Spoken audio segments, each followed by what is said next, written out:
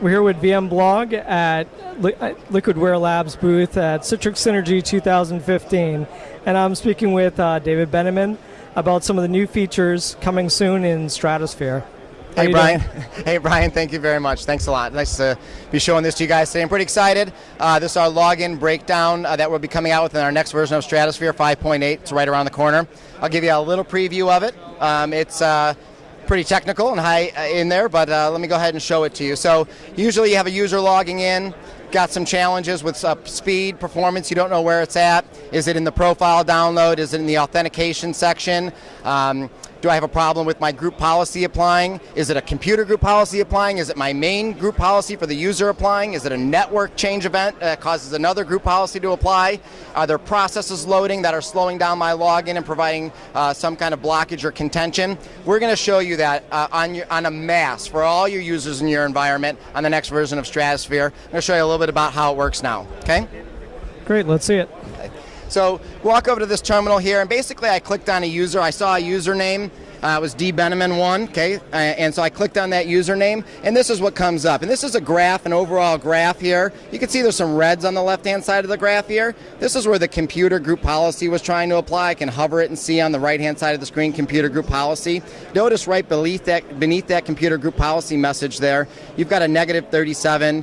That's -37 means it's 37 seconds prior to the user actually logging in. So these negative things here in red occurred 37 seconds approximately. This one 9 seconds prior to the user logging in. If I keep going down the line here, you see a display welcome screen. That's 8 seconds prior to the user logging in. This is where the user gets the message, please press Control-Alt-Delete to log in. So the user presses it in a remarkable time, not even a second, once it comes up, and then it asks them to enter their password. So in this 8 seconds prior to them actually authenticating, the user put in their password, and actually coincidentally it took 8.929 seconds. So in 8.929 seconds the user typed their whole password in, pressed enter. The next event was an authentication event. This authentication event was pretty short, not even a second. Some may be a lot longer. If you had a remote domain controller, it could take a longer time to authenticate here. And so if I keep going down, there's a number of events that occurred, like a profile load, like the main group policy going ahead and applying. Let me get rid of the graph and show you some of the detail in the table about these events. So when the user first was logging in, we showed you the graph here. You had those yellows up there. The yellow was a warning message. Then you had a bunch of reds, right? Or light red here, pink. Those were error messages. And so on the yellow, what occurred here is there was an event ID 6323. You could Google it, look it up on Microsoft, and what you'll find is that it's a network location awareness message. There was a warning here. There was a problem detecting where the user was or getting on the network. If I continue to go down, I can tell that a policy was trying to be run. I can tell that actually right over here it took 15 milliseconds to run this operation. This operation was an error trying to call the group policy. If I look down, why did I have all these errors on group policy? I scroll over to the right here.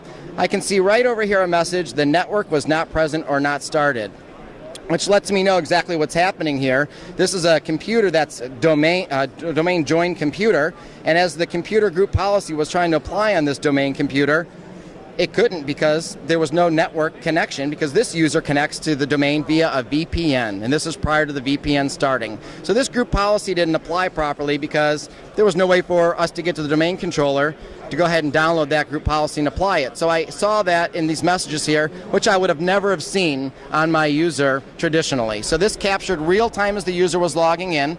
Eventually, the user got the message, as you saw, display welcome screen. Then the user actually had their credentials requested. They typed them in. They were authenticated in a very short amount of time, not even a second. Again, why was that? Well, the computer was authenticating the user locally, because even though this is a domain computer, was not connected to the domain, used the local cached credentials, logged the user in. After the users proceeded to log in, it went to go load their profile, and then at that point in time, it tries to grab the profile from this location, see right here, and it tries to put the profile to this second location over here. And if one of these things did not occur, you would be able to go here and look where was it sourcing it from, where was it trying to deliver it to, and then in this case, it actually was able to occur. You see the user's SID here, so if it was a stuck profile like sometimes happens on a terminal server, you need to go ahead and go to that registry and unstick or remove that hive. That's how you know where that profile, where that SID is and which hive to go unload. So basically, we go ahead and record in from start to finish all the events that occurred in the system during the login, as well as the processes that launched in the middle. Give you a breakdown of that so you can go find how long did it take for the roaming profile to come in, how long did it take for the main group policy to apply, and of the main group policy, which policy extensions were configured, how long did those extensions take? So if you configure an extension to set registry settings, if you configure an extension to do shortcut delivery, configure an extension to do some kind of regional time settings change, those computer group policies or user group policies that are sent down, those typically come down and all or nothing, you know if it happened or not. And in this case, we see them trickle in and we give you the exact breakdown of the milliseconds for each of those extensions and which ones failed and succeeded. So if I can take you back here for one more second, I'll show you that after we load the user's profile, we go ahead and apply, the system goes ahead and applies the main user group policy service, so the main user logon group policy applies. If you look over here, you can see it contacted the domain controller. Here's the named domain controller name. Here's the domain controller's IP address. So if you have a number of them, of course, in your environment, we'll show you the exact one that was contacted, how long it took to contact that domain controller, and get a result code back. And then we'll go on and tell you further information like the group, the OU the user was in. We'll go ahead and show you the applied policies, which ones were applied, and which ones were filtered out because of various reasons. In group policy, you can set policies should apply or should not apply for various reasons, and this will go ahead and tell you why. So in this case, the DB user GPO policy applied. Here's the long GUID. Basically, you'd go to your netlogon domain controller, you'd go to this path right here, really long path, and you'd be able to find that policy in there if you needed to go find the physical location of it. I could see a local computer group policy was not applied. Why? Because it was empty. The default domain policy was not applied. Why? Because it was empty. So on and so forth. Sometimes you'll have policies that you would think would be in this applied list, but they're not. They're in this filtered list. They were not applied. And it could be because of multiple things. For instance, if there's a network bandwidth check that happens with group policy, and I have two NICs here. One NIC had 0 bandwidth available, so it would have failed if it was the only NIC, but one NIC had a lot of bandwidth available. And so if I look here, I can tell that it was not a slow link because the threshold was 500, and I actually came back through at 5,058. So I had enough bandwidth to apply these group policy extensions, so the group policy extensions then applied. One applied here for drive maps, one applied for group policy files where it copies files to the PC. One applies here for the registry, one applies down here for the printers, one for the shortcuts, one for the internet settings here, one for the start menu settings, one for the regional settings. So all these are individual group policies that apply. They're not lumped together into one number. It took you X seconds to log in. We break it down, X seconds to log in, X for roaming profile, X for group policy, and not a total for group policy, but then you can go in and break down that group policy and get the individual client extensions and the time it took for each of those. And so this basically goes through all the events, and at some point in time, it shows you all the processes, and one of the processes, of course, will be explorer.exe when your start menu comes in, and then you're finished with your login breakdown. So this is a really detailed way for you to go in real time, see what happened across tens of thousands of users without having to go try to stand over their shoulder and use some kind of event viewer in real time and see what's happened. Great, that sounds really interesting. So we look forward to seeing it when it comes out. Thank you very much. I'm really excited to get it out to you guys. It's going to be a big feature. A lot of people knocking on the door for login breakdown to this detail. So what is it that you're showing here at Citrix Synergy? Well, we've got Profile Unity 6.5, which we've integrated application layering. It's kind of FlexApp 2.0. It's a application layering technology that snaps in a non-persistent application layer, has virtual registry and virtual file systems, so it's a true non-persistent application layer that's delivered consistently every single time. So I can show you here in the interface what that looks like. So if you look at the interface here, I've got a bunch of applications I've already packaged ahead of time. These applications are delivered via VMDK or VHD.